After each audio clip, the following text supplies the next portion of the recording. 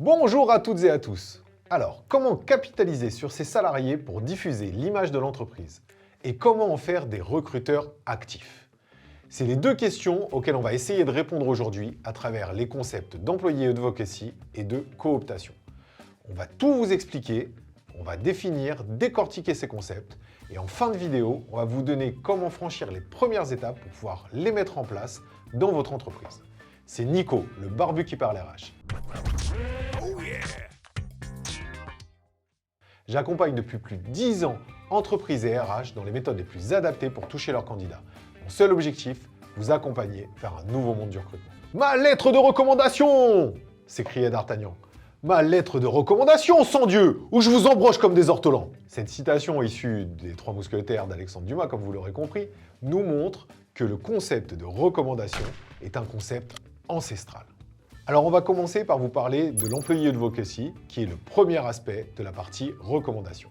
La définition stricto sensu est que l'employé advocacy est le mécanisme par lequel une entreprise ou une marque mobilise ses salariés pour devenir ses ambassadeurs, non seulement dans leur vie professionnelle, mais également parfois dans leur vie de tous les jours, et notamment sur les réseaux sociaux. À côté de l'employé advocacy, vous pouvez également développer une stratégie de cooptation. C'est accessible à toutes les entreprises et c'est qualitativement le meilleur moyen de recruter. On va vous donner quelques chiffres sur la cooptation. Déjà, la cooptation vous apporte des candidatures de qualité et des candidatures intéressantes. 59% des recruteurs déclarent obtenir des candidatures plus qualifiées via la cooptation. Autre chiffre intéressant, 87% des recrutements cooptés n'étaient pas en recherche active. Ça veut dire que ça vous permet de toucher une cible qui n'est pas forcément intentionniste.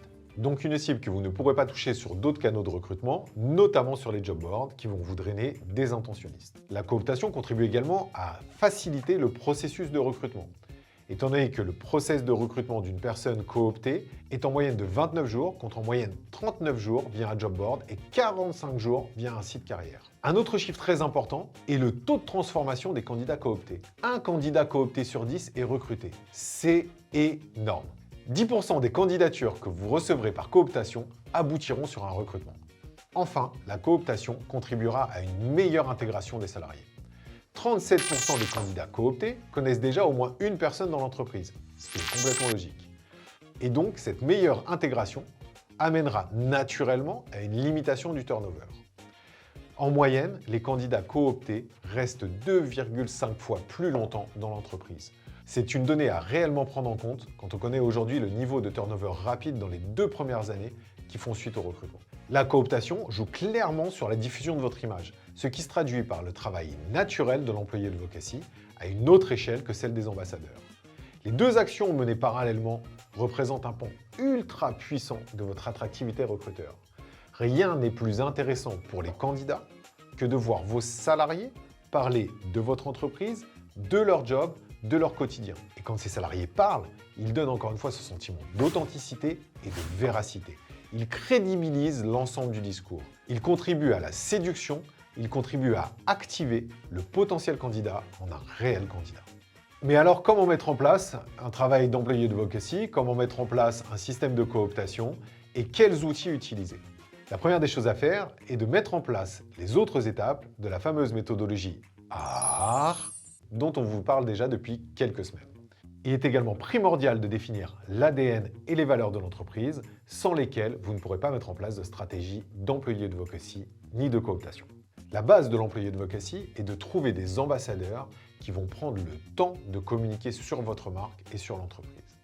J'insiste bien sur ce point, parce que c'est un problème récurrent qu'on va retrouver dans beaucoup d'entreprises, qui est qu'elles définissent très souvent des ambassadeurs, que ces ambassadeurs n'ont pas forcément le temps ou n'ont pas forcément tous envie de communiquer.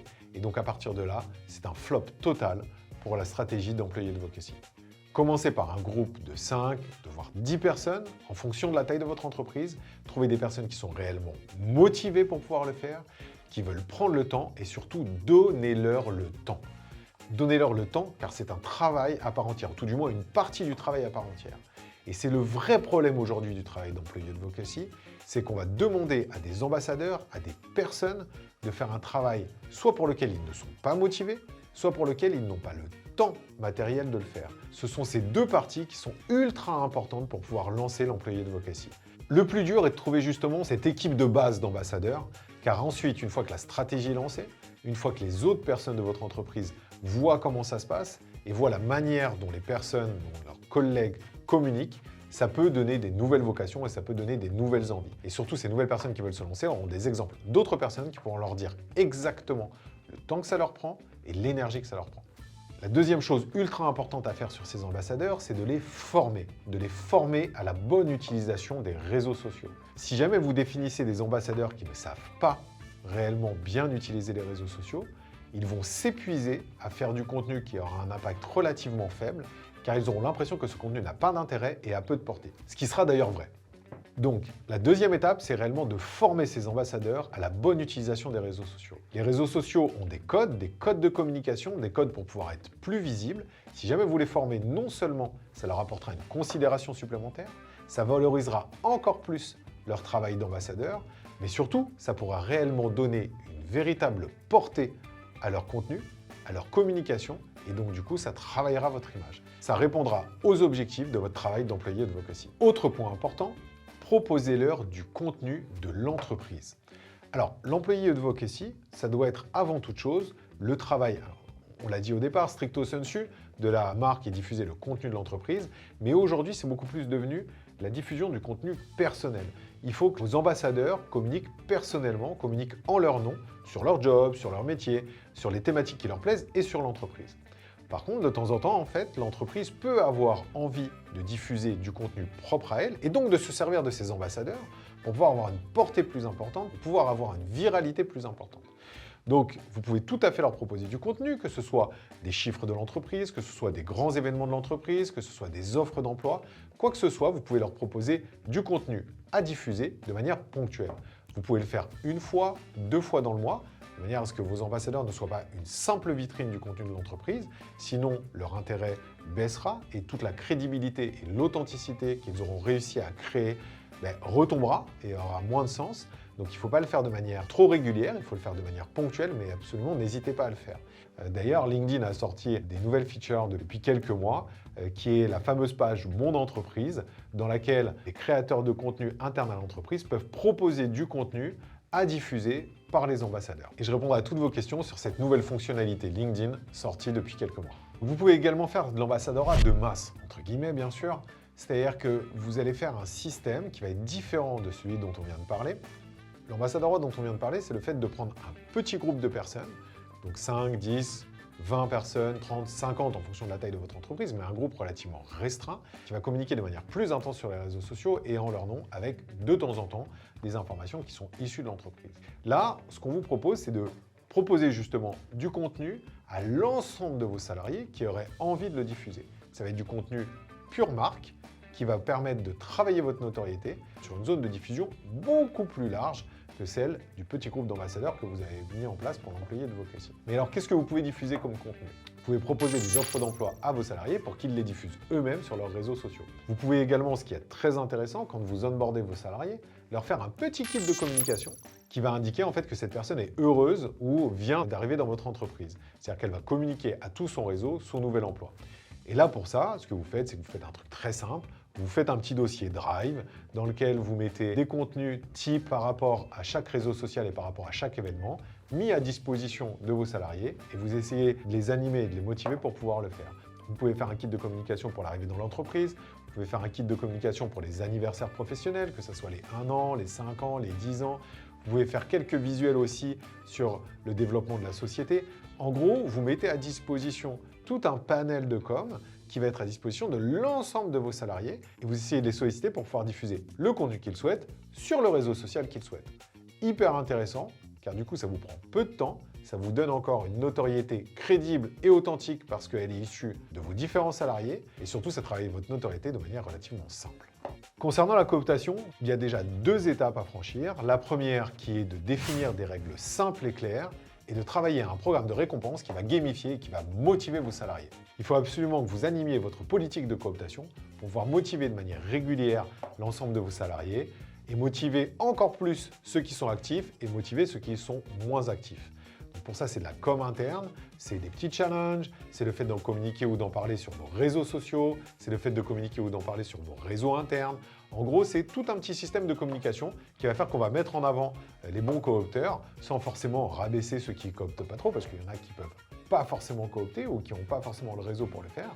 Mais c'est un peu mettre en avant les gens et mettre en avant pas que ceux qui réussissent à vous faire recruter, mais ceux qui réussissent en fait à travailler sur la globalité de l'action de cooptation, qui va aller aussi bien sur la proposition de profils intéressants en fonction des offres d'emploi, que sur la diffusion d'offres d'emploi sur leurs réseaux sociaux, que sur l'ensemble des champs de communication qu'on a évoqués juste auparavant.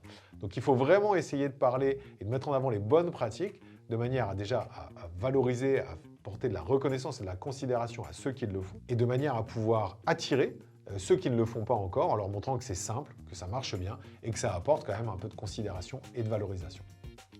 Et pour ça, il y a de nombreux outils qui sont à votre disposition. Entre autres, on va vous citer Talenttree de Météo-Job, on va vous citer Basil qui appartient à Hello Work, ou Elotrusty qui est indépendant mais qui est également un très bon outil. Et de toute façon, je vous mettrai tous les liens en commentaire et je suis encore une fois à votre disposition si vous voulez des précisions sur l'ensemble de ces outils. À une époque où l'ADN et les valeurs sont primordiales dans le recrutement, on sait que la cooptation est une arme ultra intéressante à votre portée. Pourquoi? Parce que la cooptation, on vous l'a dit, c'est une personne de votre entreprise donc qui connaît votre ADN, qui connaît vos valeurs, qui va coopter une personne au départ qu'il ou elle est censé connaître, donc c'est-à-dire qu'il ou elle est censé savoir si l'ADN et les valeurs de l'entreprise sont en correspondance avec l'ADN et les valeurs de la personne. Et inversement, la personne qui va postuler dans l'entreprise saura à quoi elle a affaire et dans quoi elle met les pieds. Ce qui est ultra important, on l'a déjà dit, pour limiter le turnover de court terme, donc le turnover sur les premières années suite au recrutement. Donc pour conclure, l'employé advocacy et la cooptation sont des outils qui sont ultra importants, qui vous permettent de travailler à moindre coût la diffusion de votre image, votre notoriété, et donc votre acquisition. Donc par ces biais-là, vous travaillez l'acquisition de nouveaux candidats dans votre pipe de recrutement. Et donc ça ferme notre boucle de recrutement via la fameuse méthode AAR, qui a commencé par l'acquisition, puis l'activation, puis la rétention, puis les revenus avec le travail sur vos salariés, et la recommandation qui vous apporte de nouveaux candidats qui rentrent dans le pipe d'acquisition. En plus, ce travail d'employé advocacy et de cooptation joue sur votre phase d'activation puisqu'elle va également servir à séduire vos candidats. Donc on voit un petit peu que toutes les étapes de cette fameuse méthode, en fait, toutes les étapes sont intimement imbriquées entre elles. On en parle régulièrement, on sait également que l'expérience candidat dont on vous a parlé dans la phase de rétention joue aussi également sur l'aspect d'activation, sur le côté séduction. Donc on a des phases qui se croisent aujourd'hui, mais chacune doit être travaillée indépendamment pour pouvoir les optimiser de la meilleure manière. Donc cette vidéo boucle notre première série sur le sujet du Growth Marketing RH et de la fameuse méthodologie AR. J'espère que cette vidéo vous aura plu. Si c'est le cas, n'hésitez pas à vous abonner à la chaîne ou à lâcher un petit like, ça fait toujours plaisir. Si vous avez des questions, vous pouvez les poser en commentaire, je me ferai encore une joie d'y répondre. Vous pouvez aussi me suivre sur LinkedIn, ici, et je vous donne rendez-vous pour une nouvelle série de vidéos dans laquelle je vais échanger avec des guests de choix sur les thématiques les plus importantes pour les RH et les recruteurs aujourd'hui. C'était Nico, le barbu qui parle RH. À très vite pour une nouvelle vidéo qui vous emmène vers un nouveau monde du recrutement.